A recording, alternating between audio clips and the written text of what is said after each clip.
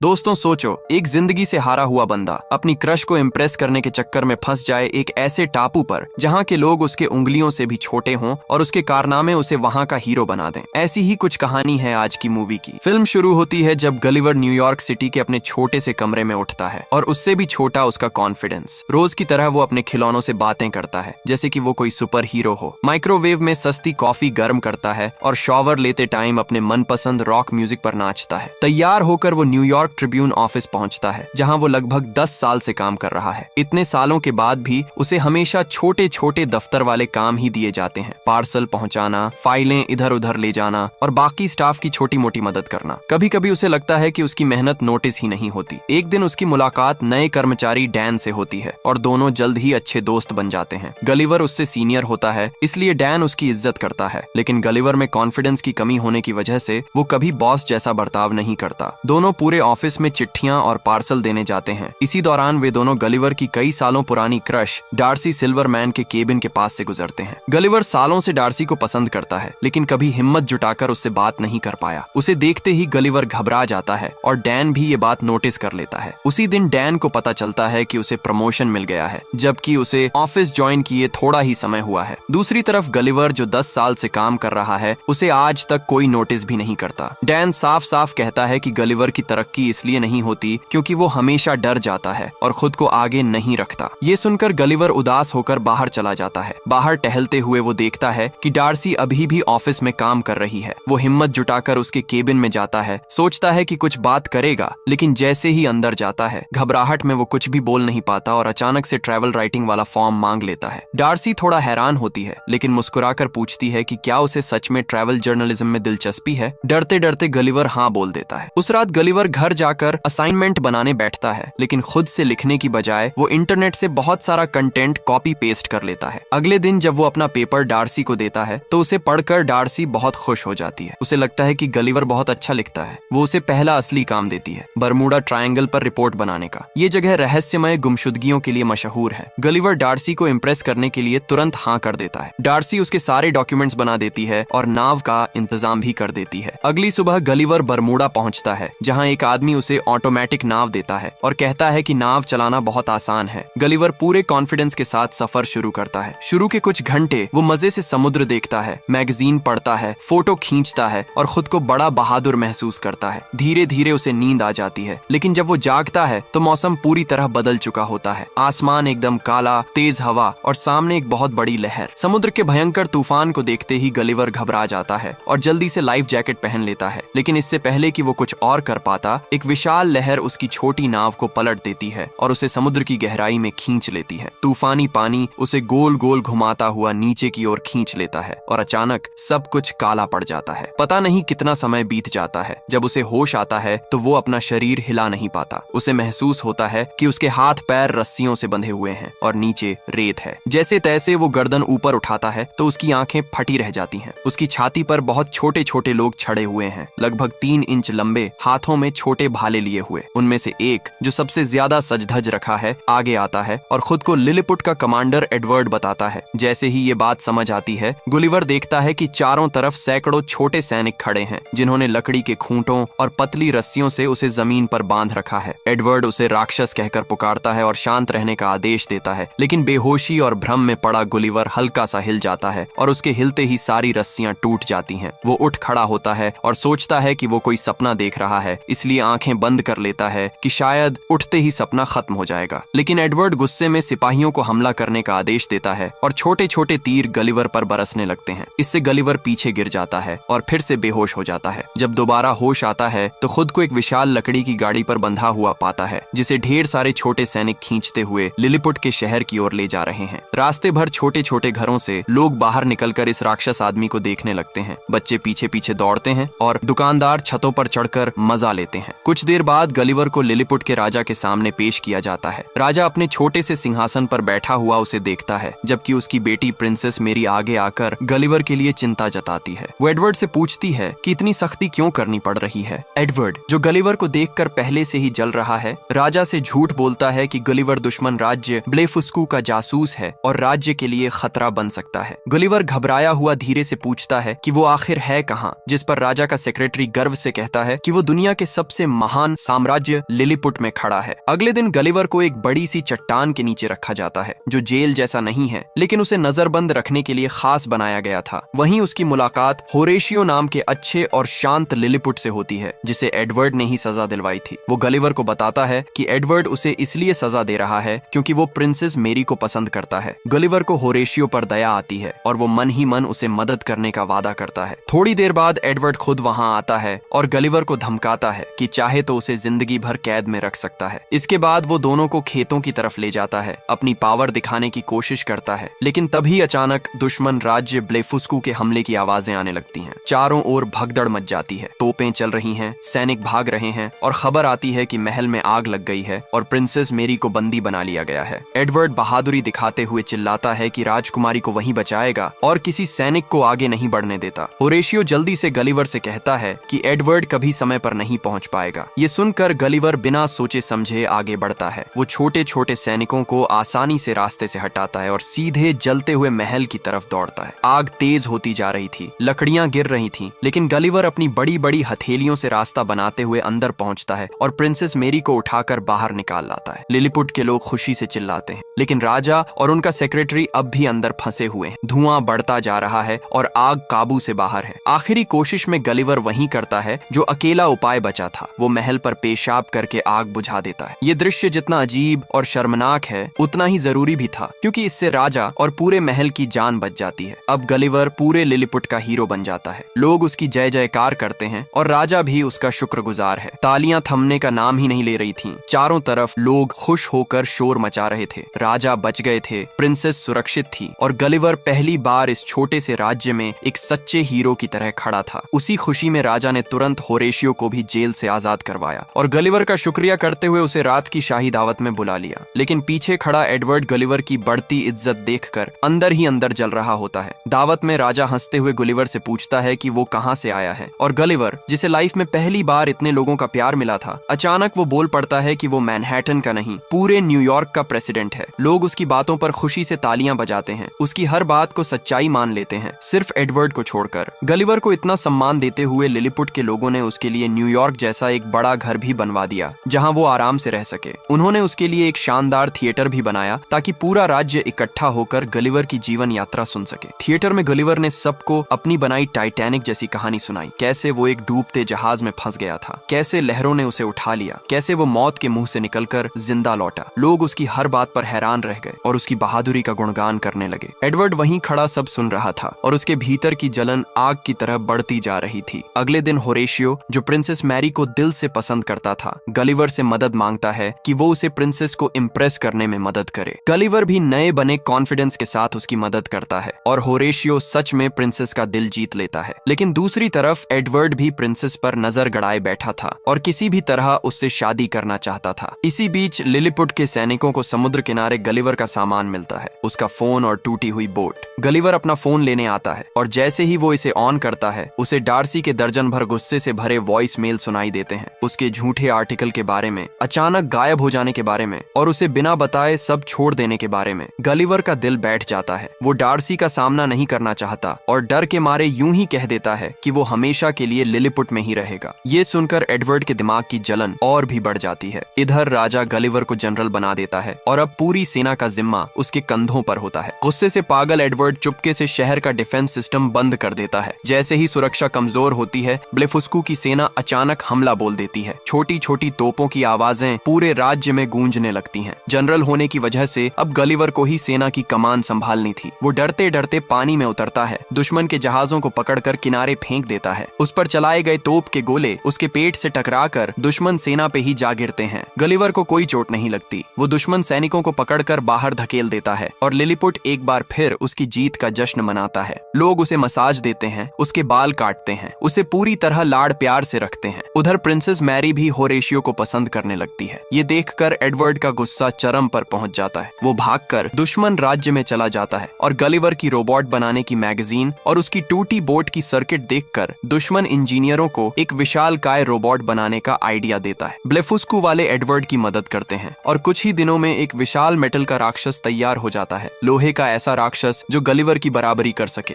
दुश्मन फिर हमला करता है। इस बार गलिवर सोचता है कि वो पहले की तरह ही छोटे सैनिकों से भिड़ेगा, लेकिन जैसे ही वो मैदान में आता है उसके सामने एक विशाल रोबोट खड़ा होता है। एडवर्ड उसके अंदर बैठा होता है और उसकी आवाज स्पीकर से राक्षस की तरह गूंजती है। एडवर्ड गलिवर को खुलेआम चुनौती देता है। गलिवर के पास लड़ाई स्वीकार करने के अलावा कोई रास्ता नहीं बचता। वो पूरी ताकत से रोबोट को पीछे धकेलने की कोशिश करता है, लेकिन लोहे का ये रोबोट उससे कहीं ज्यादा पावरफुल था। रोबोट उसकी पैंट पकड़कर उसे ऊपर उठा लेता है और लिलीपुट के लोगों के सामने उसे हरा देता है। गिरते हुए, बेइज्जती सहते हुए गलिवर सबके सामने कबूल कर लेता है कि उसने बहुत झूठ बोले थे। वो प्रेसिडेंट नहीं है, ना टाइटैनिक का हीरो, ना कोई महान योद्धा। वो बस एक साधारण इंसान है जो अपनी कमजोरी छिपाने के लिए कहानियां बना रहा था। ये सुनते ही राजा और लिलीपुट वासी सदमे में आ जाते हैं। एडवर्ड और भी ज्यादा खूंखार हो जाता है और गलिवर को एक दूर के टापू पर देश निकाला दे देता है। गलिवर को समुद्र में बहाते बहाते एक ऐसी जगह पहुंचा दिया जाता है जहां उससे भी बड़े विशाल इंसान रहते थे। एक छोटी सी बच्ची जो गलिवर से कई गुना बड़ी थी उसे खिलौना समझकर उठा लेती है और अपने बड़े से डॉल हाउस में रख देती है। वो उसे चाय सेट के बगल में बिठाती है, उसके साथ खेलने लगती है और गलिवर खुद को एक असहाय खिलौने की तरह महसूस करता है। उधर डार्सी भी गलिवर को ढूंढते ढूंढते उसी द्वीप लिलीपुट पर पहुंच जाती है, लेकिन एडवर्ड को जब पता चलता है कि डार्सी आई है वो उसे भी कैद कर लेता है। एडवर्ड ने राजा और रानी को भी कैद कर रखा होता है और पूरी सत्ता अपने हाथ में ले ली थी। ये सब जानकर होरेशियो भागकर जायंट टापू आता है और गलिवर को सब बताता है। बच्ची के खिलौनों में उसको पुराना सैनिक वाला पैराशूट मिलता है जिसे पहनकर गलिवर वहां से भाग निकलता है। दोनों मिलकर डार्सी और राजा रानी को छुड़ाते हैं। फिर गलिवर लिलीपुट पहुंचकर सबसे पहले डार्सी से मिलता है और फाइनली उसे अपने दिल की बात बता देता है कि वो उससे सच्चा प्यार करता है और अब उससे कुछ भी छिपाना नहीं चाहता। अगले दिन गलिवर एडवर्ड को मुकाबले की चुनौती देता है, इस बार अपनी शान के लिए नहीं बल्कि लिलीपुट के लोगों की रक्षा करने के लिए। दोनों का आमना सामना होता है। रोबोट फिर हावी होने लगता है, लेकिन होरेशियो चुपके से रोबोट के अंदर घुस जाता है और उसकी पावर लाइन काट देता है। जैसे ही रोबोट बंद पड़ता है गलिवर उसे गिरा देता है और लोग खुशी से नाचने लगते हैं। राजा भी गलिवर का सम्मान वापस लौटा देता है और होरेशियो को प्रिंसेस मैरी से शादी की इजाजत मिल जाती है। गुस्से में एडवर्ड प्रिंसेस को पकड़ने की कोशिश करता है, लेकिन प्रिंसेस खुद उसे एक थप्पड़ में सुला देती है और उसे हमेशा के लिए कैद कर लिया जाता है। डार्सी पहली बार गलिवर को किस करती है। लिलीपुट और ब्लेफुस्कू के बीच की दुश्मनी भी खत्म हो जाती है और दोनों राज्य दोस्त बन जाते हैं। गलिवर और डार्सी अपनी बोट रिपेयर करके वापस न्यूयॉर्क लौट आते हैं। कुछ हफ्तों बाद गलिवर अपनी पुरानी नौकरी छोड़कर ट्रैवल राइटर बन जाता है और अब वो और डार्सी साथ में एक खुशियों भरी लाइफ जीते हैं। और इसी के साथ फिल्म का दिल को छू लेने वाला हैप्पी एंडिंग हो जाता है।